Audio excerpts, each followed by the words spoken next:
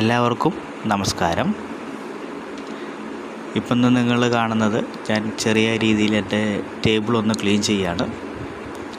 വേറൊന്നുമല്ല, എൻ്റെ പ്രിലിംസ് പരീക്ഷ കഴിഞ്ഞു. പരീക്ഷ എഴുതി. മെയിൻസ് പരീക്ഷയ്ക്ക് സെലക്ട് ചെയ്യപ്പെടുമോ ഇല്ലയോ എന്നുള്ള കാര്യം ഉറപ്പില്ല. പരീക്ഷ എഴുതിയിട്ടുണ്ട്, അറിയാവുന്നത് എഴുതി. കുറേ ചോദ്യങ്ങൾ പഠിച്ചിട്ട് പോയത് എഴുതാൻ പറ്റാതെ ഇരുന്നു. ആ സമയത്ത് ഓപ്ഷൻ കണ്ട് കൺഫ്യൂഷന് വന്നു, ചെയ്യാൻ പറ്റാതെ ഇരുന്നു. ഇനിയിപ്പോൾ അതൊന്നും ആലോചിച്ചിട്ട് കാര്യമില്ല. ഇനി എനിക്കുള്ള എക്സാം വില്ലേജ് ഫീൽഡ് അസിസ്റ്റൻ്റ് പരീക്ഷയാണ്. ഞാൻ എറണാകുളം ജില്ലയിലാണ് വച്ചിരിക്കുന്നത്. ഒക്ടോബർ മാസമാണ് പരീക്ഷ, ഒക്ടോബർ അവസാനമാണ്.